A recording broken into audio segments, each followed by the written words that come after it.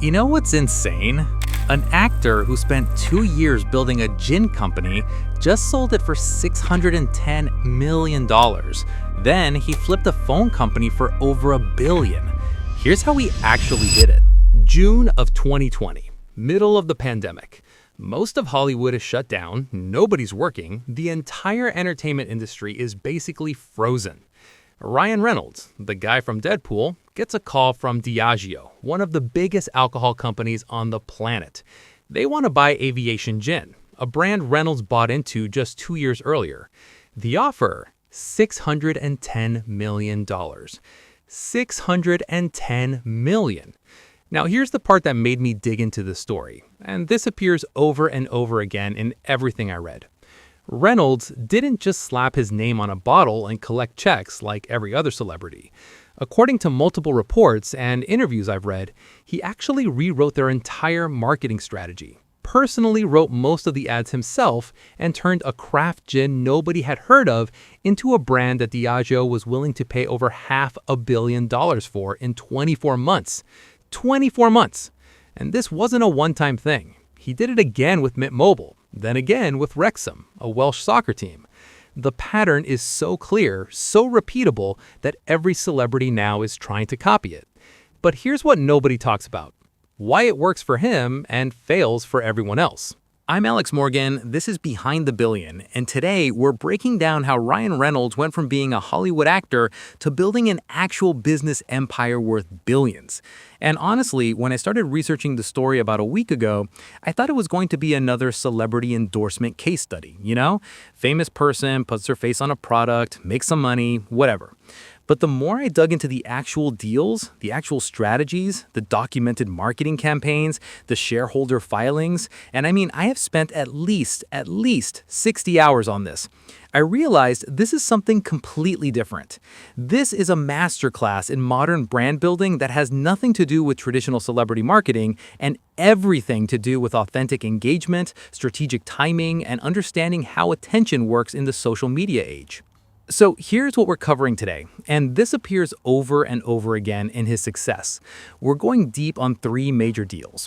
Aviation Gin, which he sold to Diageo for $610 million after owning it for just 2 years.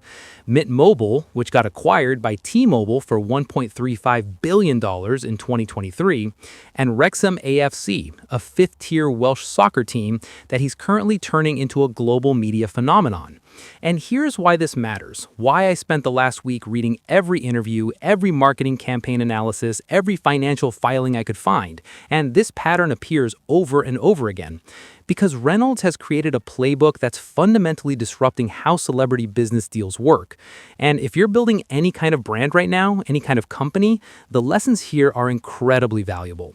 Now, before we get into the deals themselves, we need to understand who Ryan Reynolds actually is, because his background explains everything about why this strategy works for him and not for other celebrities who try to copy it. And this comes up over and over again.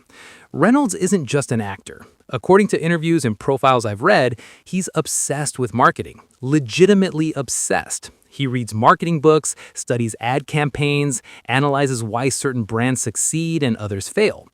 In a 2019 interview with Fast Company, and I went back and found this, he said he spends more time thinking about marketing than he does about acting. Think about that for a second. A Hollywood A-lister who makes millions per movie saying he's more interested in marketing than in the craft that made him famous. That's wild.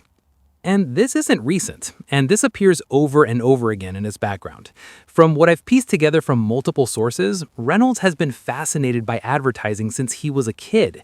He grew up in Vancouver. His father was a retail worker and part-time cop, solidly middle-class family, nothing glamorous.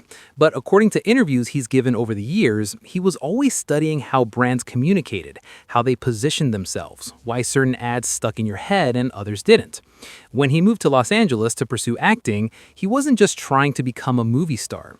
He was watching how studios marketed films, how they built anticipation, how they turned actors into brands. So let's jump to 2016, because this is where the foundation gets built for everything that comes later, and this pattern appears over and over again. Deadpool releases in February of 2016, and it becomes a massive hit. The movie makes $782 million worldwide on a $58 million budget. But here's what's interesting, and this is the part that sets up the whole business empire. The marketing campaign for Deadpool was unlike anything Hollywood had seen before. Now, from what I've read in multiple retrospectives and interviews with the marketing team, and this comes up over and over again, Reynolds was heavily involved, and I mean heavily involved in every aspect of how that film was promoted. He wasn't just showing up to press junkets and answering questions. According to reports, he was writing tweets from the Deadpool account himself. He was coming up with billboard concepts. He was pushing for unconventional marketing stunts that the studio thought were too risky. And this is documented. There are interviews where the marketing executives talk about Reynolds calling them with ideas at all hours, sending them scripts for fake commercials, pitching guerrilla marketing tactics. And the campaign worked because it felt authentic. It didn't feel like a studio trying to sell you a movie.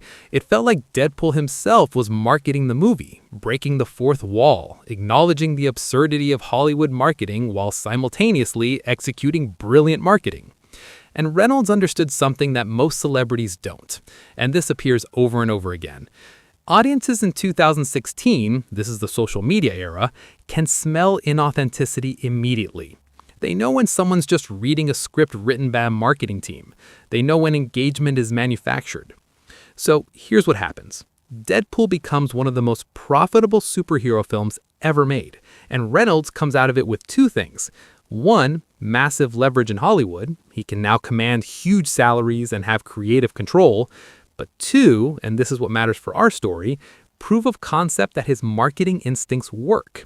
He's validated his theory that authentic, self-aware, slightly irreverent marketing resonates more than traditional celebrity endorsement campaigns. Now, I want to pause here because this is where Reynolds starts thinking bigger, and this pattern appears over and over again. According to a 2018 interview with The Hollywood Reporter, and I found this while researching, Reynolds said that the Deadpool experience made him realize he didn't just want to be an actor for hire. He wanted to build actual businesses, own equity, create long-term value. And here's the key insight, and this is something I think is so critical. He realized that his marketing skill set, this ability to create authentic engagement, was actually more valuable than his acting. Think about that strategic shift. Most actors at his level are focused on getting bigger roles, bigger paychecks per film. Reynolds is thinking about how to leverage his audience and his marketing ability into ownership stakes in real businesses. February of 2018. Reynolds is at the peak of his Hollywood career. Deadpool 2 is about to come out. He's getting paid tens of millions per film. Life is good. And he makes a move that confuses everyone in Hollywood. He buys an ownership stake in Aviation Gin, a small craft gin company based in Portland, Oregon that almost nobody has heard of. Now, here's what we know for certain from the public reporting, and this appears over and over again.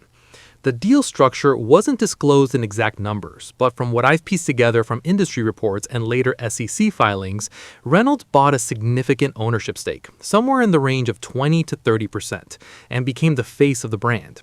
The company was founded in 2006 by a bartender named Ryan McGarrian, and was doing okay. It was a legitimate craft gin with quality product, but it wasn't breaking through nationally.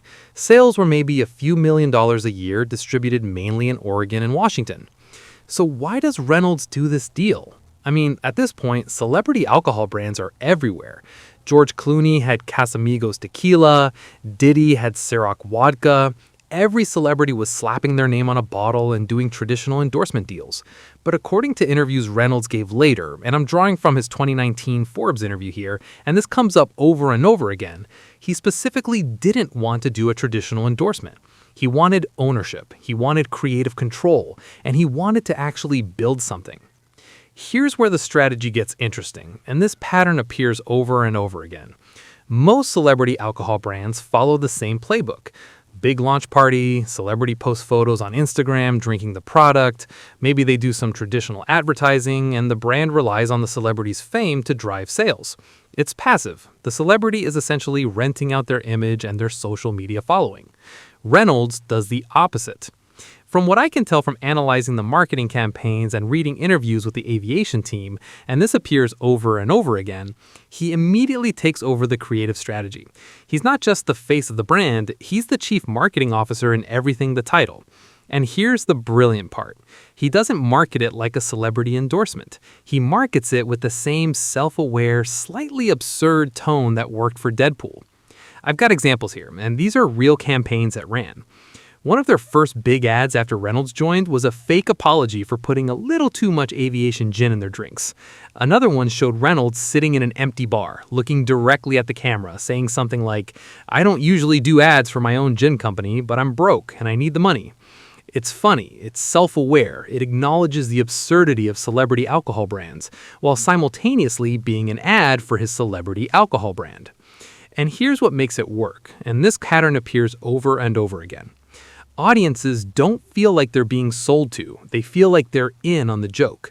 Reynolds isn't pretending the gin will change your life or make you cool. He's just saying, hey, this is pretty good gin. And yeah, I own part of the company. And yeah, this is obviously an ad, but at least I'm being honest about it.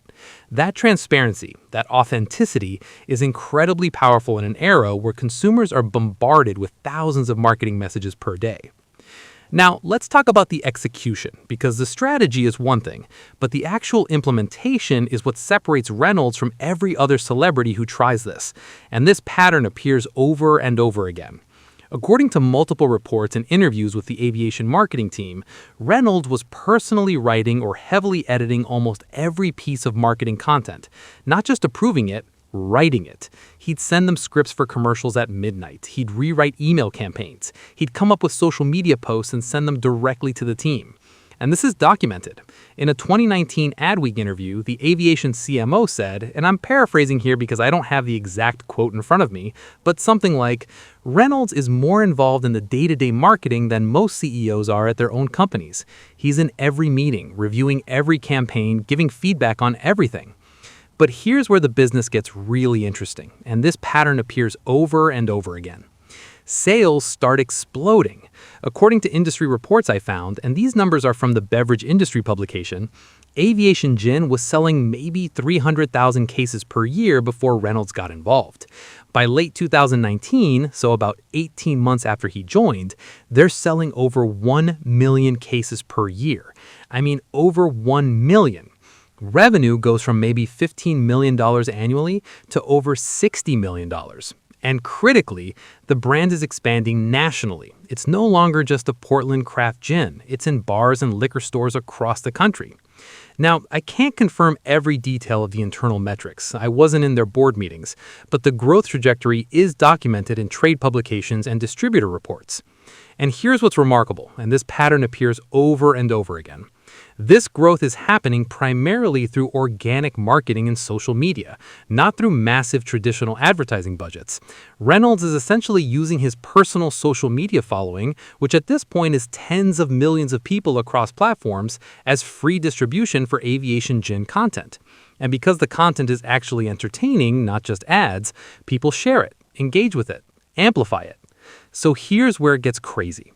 June of 2020, middle of the pandemic, Reynolds gets approached by Diageo. And just to give you context, Diageo is one of the largest alcohol companies on the planet. They own Johnnie Walker, Guinness, Smirnoff, Captain Morgan, dozens of major brands. They're a publicly traded company worth tens of billions of dollars, and they want to buy Aviation Gin. The deal closes in August of 2020. Purchase price, $610 million.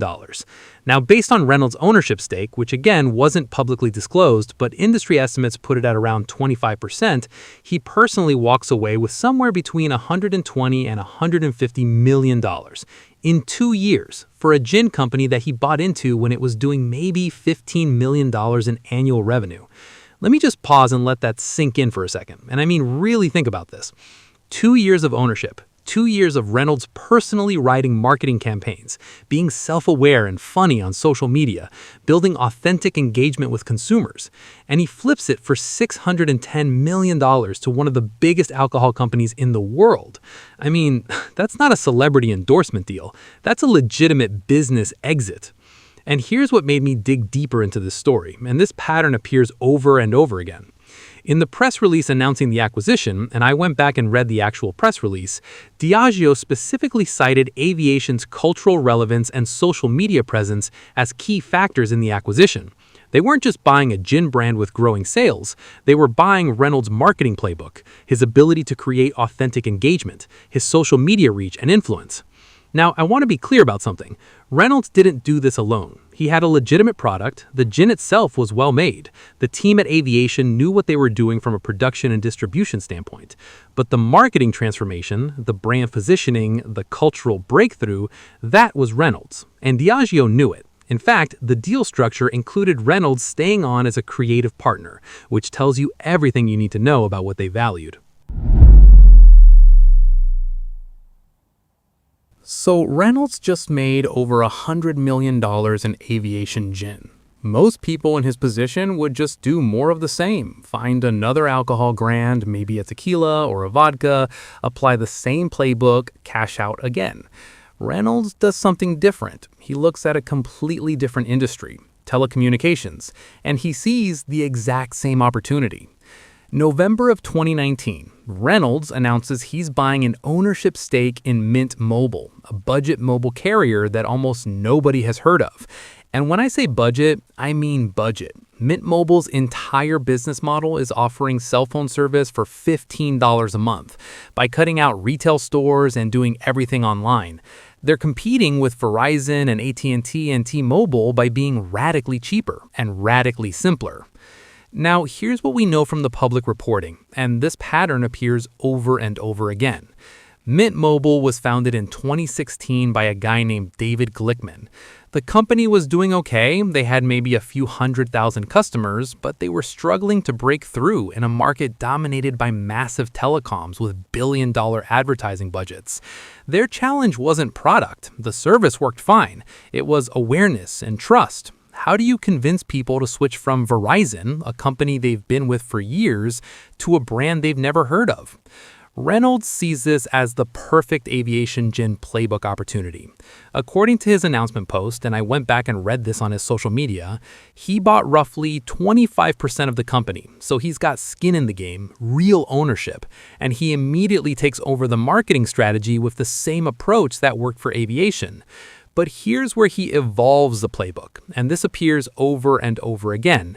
With Aviation Gin, he marketed it as slightly absurd, self-aware, in on the joke. With Mint Mobile, he markets it with brutal honesty about the entire telecom industry. His first ad, and this ran in late 2019, shows Reynolds sitting in a deliberately cheap-looking set, holding a phone, saying something to the effect of, "I bought a phone company, I know what you're thinking, why would an actor buy a phone company?" Because honestly, the big wireless companies are ripping you off, and I thought someone should do something about it. It's genius because it positions Reynolds not as a celebrity trying to sell you something, but as a consumer advocate who happens to own part of the solution. And this pattern appears over and over again. He's acknowledging that the telecom industry is predatory, that everyone knows they're paying too much, and he's offering a cheaper alternative while being completely transparent that yes, he owns part of the company, and yes, he's going to make money if you switch. And just like with Aviation Gin, the execution is obsessive. From what I've read in interviews with the Mint Mobile team, and this comes up over and over again, Reynolds is writing marketing copy, appearing in ads, responding to customers on social media, personally involved in every major campaign decision. He's not phoning it in, and the pun is unintentional there. He's treating this like a real business that he's building for the long term. The results, according to Mint Mobile's public statements and industry reports, and this appears over and over again, they were adding about 50,000 new subscribers per quarter before Reynolds got involved. After he joins and starts running marketing, they're adding over 200,000 subscribers per quarter by late 2020. That's 4 times the growth rate. 4 times. Customer base goes from maybe 300,000 subscribers in late 2019 to over 5 million subscribers by early 2023. 5 million! Now, I can't verify every internal metric, I'm not seeing their board presentations, but the growth is documented in press releases and industry analysis. And here's what's remarkable, and this pattern appears over and over again. Mint Mobile's customer acquisition cost, the amount they spend to get each new customer, is reportedly a fraction of what the big carriers spend, because Reynolds is essentially providing millions of dollars worth of free marketing through his social media presence and earned media coverage. Let me give you a specific example that shows how this works. March of 2023, just a few months before the T-Mobile acquisition, Reynolds posts on social media that he's answering customer service calls personally for a day. It's obviously a marketing stunt, but it's executed perfectly. He actually does answer calls. Customers record their conversations with him. Those recordings go viral. Mint Mobile gets millions of dollars worth of free publicity, and the entire thing reinforces the brand message that Mint Mobile is different, more accessible, more human than the big faceless telecoms. And then the exit happens. March 15th, 2023. T-Mobile announces they're acquiring Mint Mobile and two other budget carriers for up to $1.35 billion.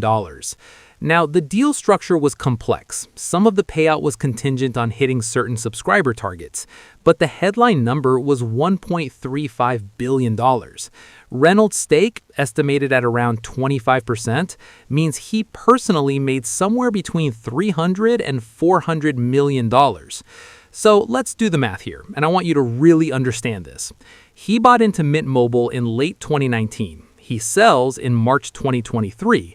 That's about 3.5 years. He goes from a budget carrier with a few 100,000 customers to a billion-dollar acquisition by one of the largest telecom companies in America.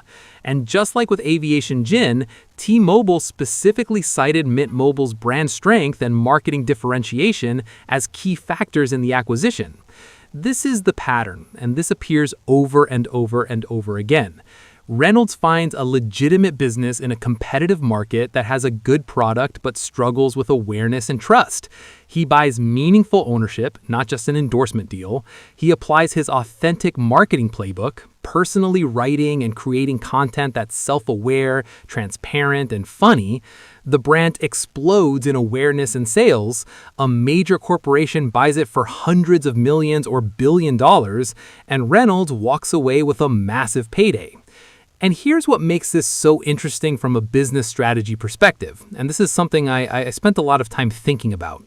He's not disrupting the industries themselves. Aviation Gin is still just gin. Mint Mobile is still just cell phone service. What he's disrupting is how brands in those industries communicate with consumers. He's showing that in the social media age, authentic engagement beats massive advertising budgets, that transparency and self-awareness resonate more than traditional celebrity endorsement campaigns, and that ownership plus marketing skill is worth more than acting talent alone. Now let's talk about Wrexham, because this is where the playbook gets even more interesting and more complex, and this pattern appears over and over again. November of 2020, middle of the pandemic, everything is shut down, sports are mostly canceled or playing in empty stadiums.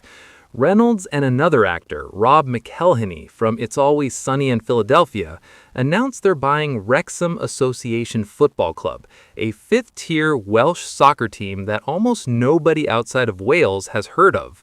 And when I say fifth tier, I mean this is not the Premier League. This is not even close to professional soccer as most people understand it. Wrexham plays in the National League, which is the fifth level of English football.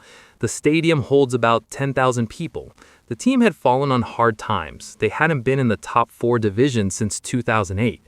According to reports, the purchase price was around £2 million, so roughly $2.5 million. That's what Reynolds and McElhenney paid for the entire club. Now, here's where this deal is different from Aviation Gin and Mint Mobile, and this appears over and over again. With those businesses, Reynolds bought into growing companies that needed marketing help to break through. With Wrexham, he's buying a community institution with 160-plus years of history, but serious financial and competitive challenges. This isn't about flipping it for a quick profit. From every interview I've read, and I've read a lot of them over the last week, this seems to be a genuine long-term play to build something meaningful while also creating content and telling a story. But here's the business genius behind it, and this pattern appears over and over again.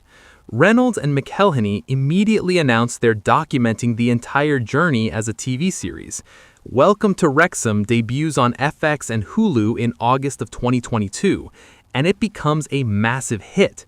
The show follows their attempt to rebuild the team, get promoted to higher divisions, and revitalize the town of Wrexham, which has been economically struggling for decades.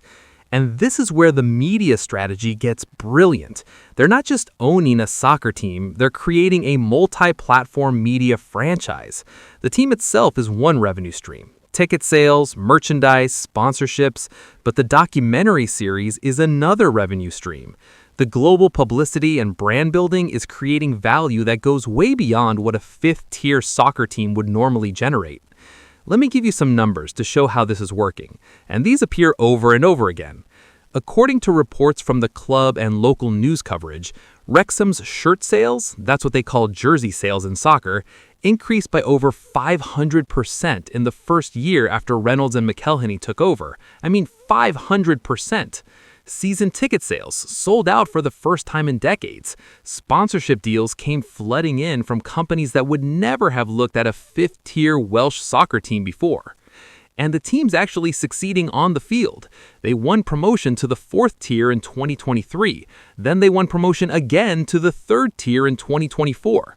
So in less than 4 years, Reynolds and McElhenney have taken the team from fifth tier to third tier, while building a global media brand around it.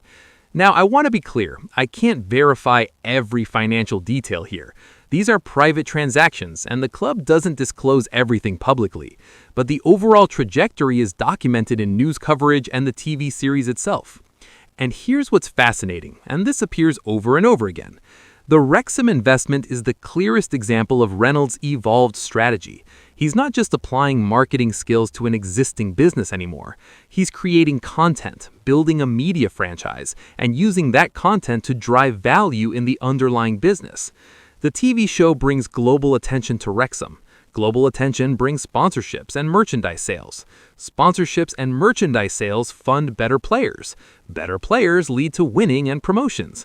Winning and promotions create more compelling content for the TV show. It's a virtuous cycle where the media strategy and the business strategy are completely integrated. And here's the thing that makes this different from traditional celebrity ownership of sports teams, and this pattern appears over and over again. When most celebrities buy sports teams, it's a vanity project or a passive investment. Reynolds and McElhenney are building an actual business. They're in Wrexham multiple times per year. They're making personnel decisions. They're investing in the infrastructure. They're building relationships with the community. According to interviews with Wrexham executives and local officials, Reynolds personally funded stadium improvements, upgraded training facilities, invested in the local area. This isn't just marketing theater, it's real investment in the long-term viability of the business and the community. Now, will Wrexham ever be worth billions like Mint Mobile or Aviation Gin? Probably not in a traditional acquisition sense, but the value Reynolds is building goes beyond just a soccer club. He's building a media franchise, a global brand, and a content library that could be worth hundreds of millions over time. And he's proving that the same authentic engagement strategy that worked for gin and cell phones can work for sports and entertainment. So let's zoom out and talk about what makes Reynolds' strategy actually work. Because at this point, and this appears over and over again, every celebrity in Hollywood is trying to copy this playbook. You've got actors and musicians launching tequila brands, vodka brands, buying into sports teams, starting phone companies, but most of them fail or barely move the needle. So what's different about Reynolds? I spent a lot of time thinking about this while researching, reading through hundreds of marketing campaigns, interviews, social media posts, and this is something I really want you to understand. And here's what I think is happening, and this is my analysis based on the pattern I'm seeing. Reynolds has figured out how to be authentic in a way that's almost impossible to fake. When most celebrities endorse a product, everyone knows it's transactional, and this appears over and over again. The celebrity is getting paid to say nice things about a product they probably don't actually use. Consumers are cynical about it because they've seen it 1,000 times before. The celebrity posts a photo with the product, uses some generic caption like "loving my new product," and everyone rolls their eyes because it's so obviously an ad.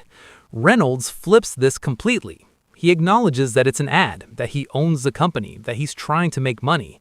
That transparency is disarming. You can't be cynical about something that's openly admitting what it is.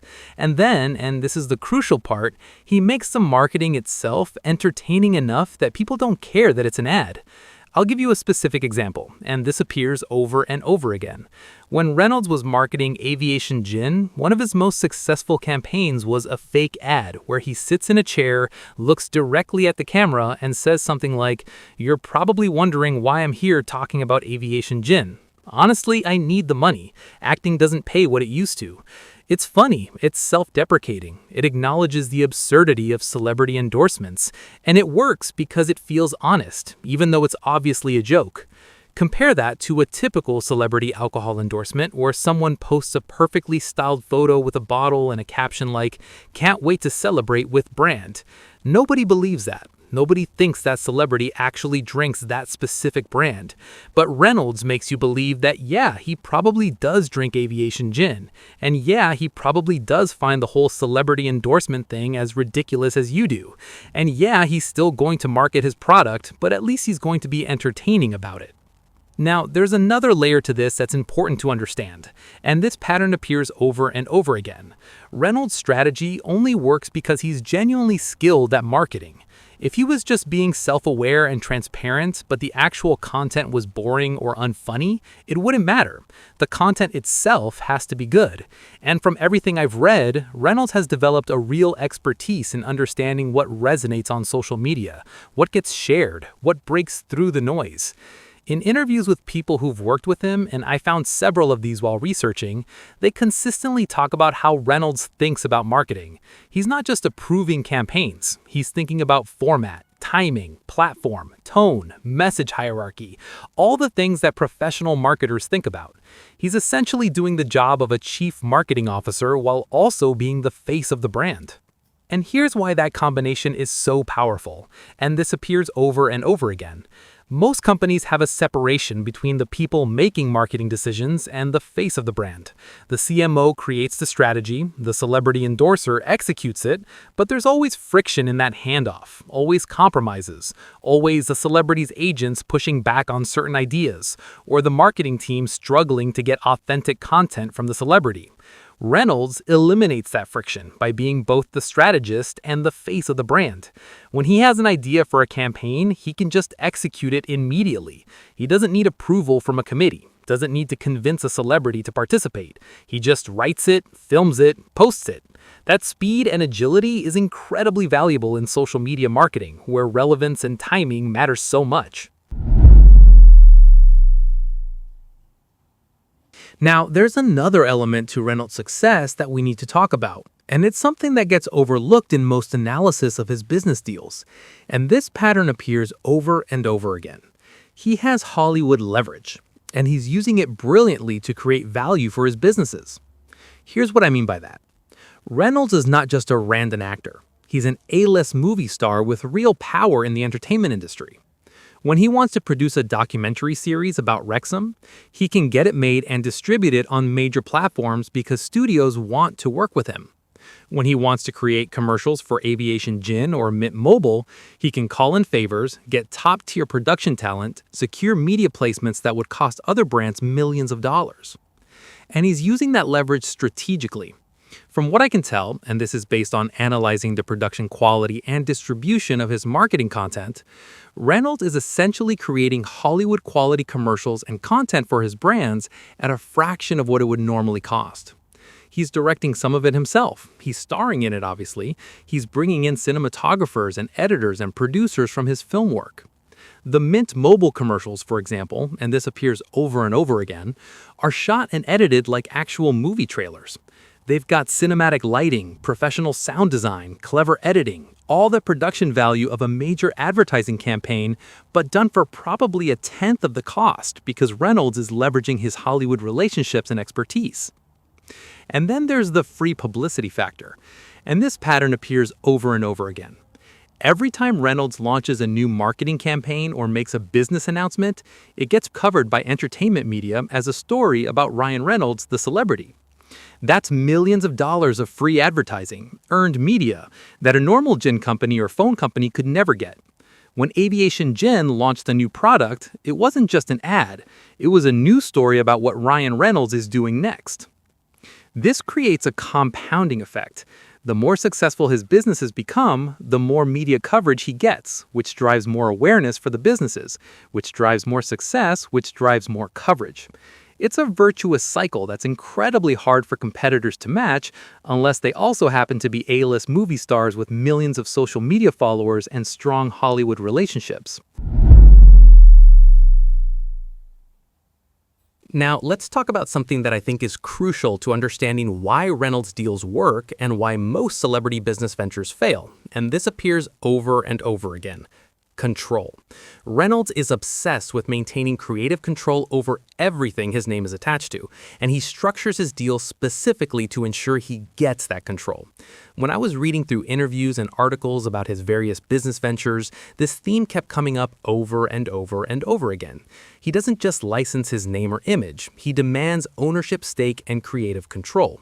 And he's willing to take less money up front to get those things. With Aviation Gin, according to reports, he could have done a traditional endorsement deal that would have paid him several $1,000,000 per year just to show up in ads and post on social media. But instead, he took an ownership stake that gave him creative control over all marketing. That ownership stake ended up being worth over $100 million when Diageo bought the company, which is vastly more than he would have made from an endorsement deal. Same pattern with Mint Mobile, same pattern with Wrexham, and this appears over and over again. In every case, he's prioritizing ownership and control over guaranteed income. And here's why that matters. When you own part of the business and control the marketing, you're incentivized to actually make the business succeed. You're not just collecting checks for showing up, you're building long-term value that you'll eventually capture when the business exits or goes public. But the control aspect is even more important than the ownership because it allows Reynolds to protect his personal brand. And this pattern appears over and over again. He's not going to appear in ads that make him look stupid or inauthentic because he's the one approving and often writing those ads. He's not going to endorse products he doesn't actually believe in because he's choosing the businesses he invests in. This creates a trust with consumers that's incredibly valuable. When Reynolds promotes Aviation Gin or Mint Mobile, people believe that he actually thinks these are good products because he's taken on real business risk by investing in them. It's not just a paid endorsement, it's his money on the line. That authenticity is worth more than any advertising budget. And here's where the strategy gets really sophisticated. Reynolds uses his various businesses to cross-promote each other in ways that feel organic and entertaining. He'll mention Mint Mobile in a Wrexham documentary episode. He'll make jokes about Aviation Gin while promoting Deadpool. These aren't forced product placements. They're integrated into his content in ways that feel natural because he's the one controlling the creative. I found a great example of this while researching, and this appears over and over again. When Deadpool 2 came out in 2018, right around when he bought into Aviation Gin, Reynolds posted a fake behind-the-scenes photo showing him in his Deadpool costume holding a bottle of Aviation Gin. The caption was something self-aware about shameless cross-promotion. It got millions of views, drove tons of awareness for Aviation Gin, and cost $0 in production or media placement because it was organic content on his social channels.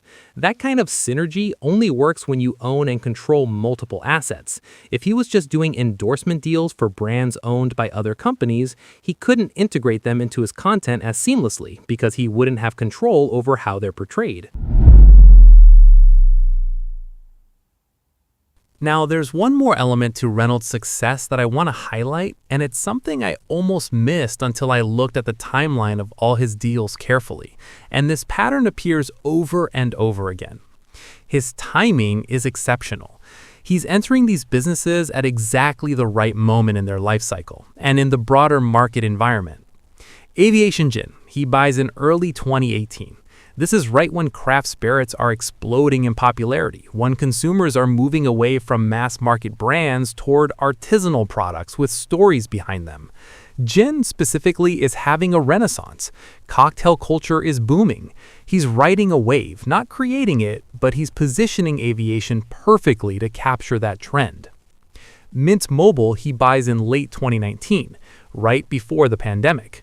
And while nobody could predict COVID, the pandemic accelerates the exact trends that benefit Mint Mobile. Everyone's home, everyone's on their phones constantly, people are scrutinizing their bills and looking to cut costs. A budget cell phone carrier that does everything online is perfectly positioned for the pandemic economy. Wrexham he buys in November 2020, middle of the pandemic when sports valuations are depressed and people are hungry for feel-good content and stories of community revival. Welcome to Wrexham debuts in August 2022, right as people are emerging from pandemic isolation and looking for uplifting entertainment. The timing is perfect. Now, I can't say for certain whether Reynolds consciously analyzed all these market trends or whether he got lucky with timing. Probably some of both. But the pattern is clear, and this appears over and over again. He's not just good at marketing, he's good at identifying opportunities where his marketing skills can have maximum impact because the market conditions are favorable. And here's what's interesting about the exits too. He sold Aviation Gin in June 2020, right after liquor sales had spiked during early pandemic lockdowns. He sold Mint Mobile in March 2023, right as subscriber growth was peaking and T-Mobile was looking to expand their budget carrier portfolio. In both cases, he's exiting at close to the peak of value.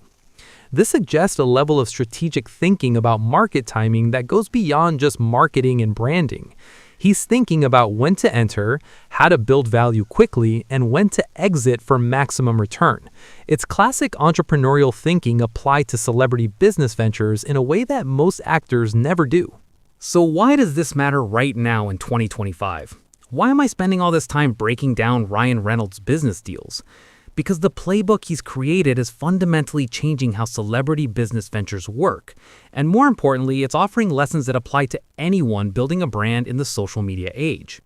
And this pattern appears over and over again.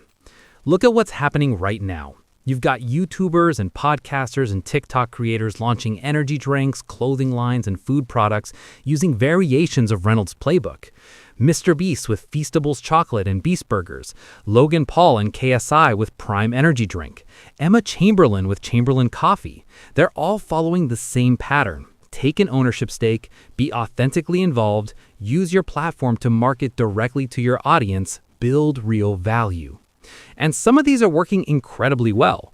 Prime went from zero to over $1 billion in retail sales in less than 2 years. Feastables is competing with Hershey's and Snickers. These are legitimate businesses being built by content creators using strategies that Reynolds pioneered in the celebrity space. But here's what's different, and why Reynolds' version is still more valuable. And this appears over and over again. YouTubers and TikTokers have massive reach, but limited Hollywood credibility and production resources. Reynolds has both. He can create content at Hollywood production quality and distribute it through traditional media and social media simultaneously. That combination is incredibly powerful and hard to replicate. Now, if you're building a business right now, any kind of business, here are the specific lessons from Reynolds' playbook that you can apply. And these appear over and over again. 1. Authenticity beats production value. Reynolds' most successful campaigns are often simple, direct-to-camera pieces where he's just being honest and funny. You don't need $1 million budget. You need a genuine message and the willingness to be transparent. 2. Ownership changes everything. When you own equity in what you're promoting, your incentives align with the business, and consumers can feel that. If you're choosing between a higher salary or an ownership stake in something you believe in, the ownership stake will likely create more value over time. 3. Control protects your brand. Don't put your name on things you don't control creatively. Every endorsement or partnership should give you enough control to ensure it reflects your values and quality standards. Reynolds turns down deals all the time, reportedly because they don't give him enough creative control. 4. Integrate your assets. If you have multiple projects or businesses, find organic ways to cross-promote them. Don't force it, but look for natural synergies where your various interests can amplify each other. 5. Timing matters as much as execution. And this pattern appears over and over again. Reynolds didn't just market Aviation Gin well, he marketed it during a craft spirits boom to a company that was actively acquiring brands in that space. Understanding market timing and positioning yourself to capture trends is crucial. And here's the meta lesson that I think is most important. In the social media age, the relationship between creators and brands is fundamentally changing. Traditional celebrity endorsements are dying because consumers see through them. What works now is genuine ownership, authentic involvement, and transparent communication. Reynolds figured this out earlier than most celebrities, and he built a billion-dollar business empire as a result. So that's the story of how Ryan Reynolds went from Hollywood actor to business mogul. That's how he turned 2 years of ownership in a gin company into a $610 million exit. How he turned 3 years of owning part of a budget phone company into a $1.35 billion acquisition. How he's turning a fifth-tier Welsh soccer team into a global media franchise. Was it genius? Was it luck? Was it perfect timing? Honestly, it's probably all three. But here's what's undeniable, and this appears over and over again. The strategic framework he's using, this idea of buying ownership, taking creative control, marketing with authentic transparency, leveraging Hollywood production resources, and timing your entry and exit to maximize value, that framework is repeatable, scalable, and increasingly being copied across entertainment and business. Now, look, I'm sure I got some details wrong in this analysis. I wasn't in the boardrooms when these deals were negotiated. I'm piecing this together from public sources, interviews, financial filings. But the pattern is clear, and what Reynolds has proven is that in 2025, marketing skill combined with authentic engagement is worth more than traditional celebrity in building actual business value. If you're building a brand right now, any kind of business, studying what Reynolds did with Aviation Gin, Mint Mobile, and Wrexham is a masterclass in modern marketing, strategic positioning, and value creation. Not because you should copy him exactly, you probably don't have tens of millions of social media followers and Hollywood connections, but because the principles translate. Be authentic, take ownership, maintain control, provide real value, and communicate transparently. Anyway, that's what I found diving deep into the Ryan Reynolds business empire over the last week. I'm Alex Morgan, and this has been Behind the Billion. All right, so that's the deep dive on how Ryan Reynolds built a billion-dollar business empire while still being a Hollywood A-lister. From Aviation Gin to Mint Mobile to Wrexham, the pattern is consistent. The results are undeniable. Now look, some of you are probably thinking this only works if you're already famous. And yeah, having tens of millions of followers definitely helps, but the core principles, authenticity, ownership, creative control, transparent communication, those apply whether you've got 10 followers or 10 million. If you found this valuable, if this kind of research and breakdown helps you understand how modern brands actually get built, hit that subscribe button. New episode every single day. Deep dives into the real stories behind billion-dollar companies. I'm Alex Morgan. Thanks for listening to Behind the Billion.